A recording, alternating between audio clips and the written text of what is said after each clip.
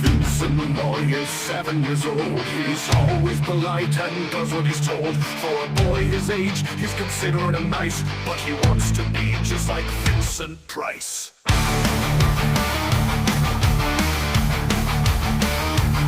He doesn't mind living with his sister, dog and cats, though he'd rather share a home with spiders and bats. There he could reflect on the horrors he's invented and wander dark hallways alone and tormented.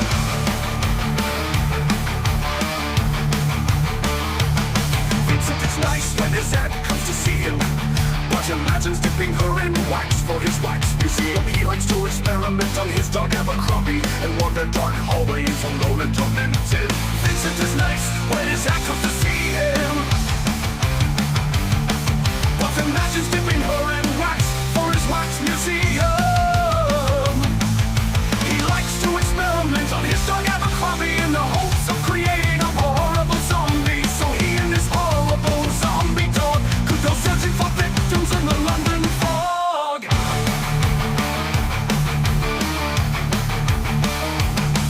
His thoughts though aren't only of ghoulish crimes.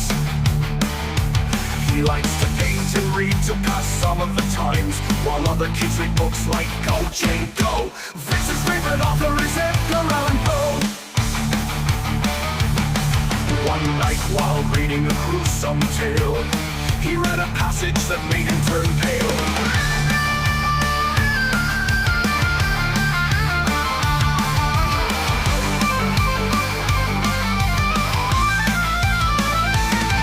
Such horrible news he could not survive, for his beautiful wife had been buried alive.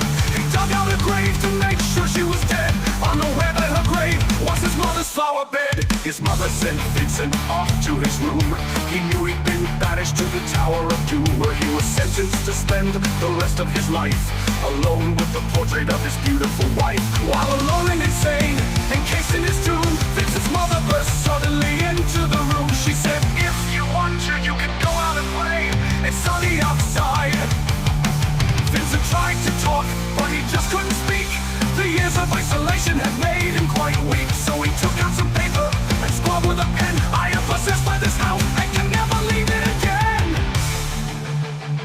His mother said, "You're not possessed, you're not almost dead. These games that you play are all in your head. You're not Vincent Price, you're Vincent Malloy. You're not tormented or insane, you're just a young boy. You're 7 years old, and you are my son. I want you to get outside and have some real fun." Her anger now spent, she walked out through the hall, and while Vincent backed slowly against the wall, the room started to swell, to shiver and creak. His horrid insanity had reached its peak. He saw an Abercrombie, his zombie slave, and heard his wife call from beyond the grave.